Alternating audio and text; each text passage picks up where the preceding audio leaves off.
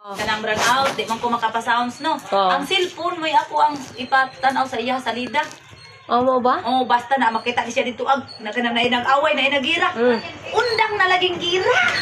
Undang.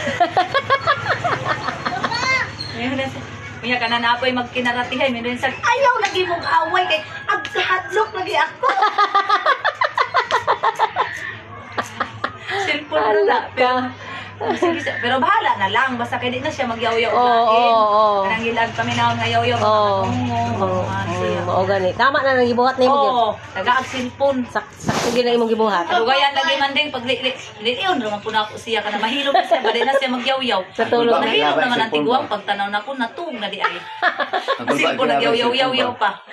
Ibutang ram na ko ang cellphone ko. Maibutang ram cellphone. May gani ka ni sabot ra gid ka sa iya hang balik pa ka bata. Ayaw kawiri ang cellphone ma kay mawala. Kay muduol man siya sa akwa usahay.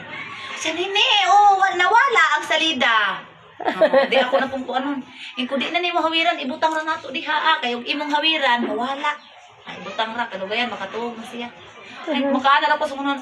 Ay salamat din pa. Tinatulog ra ang magyaw-yaw.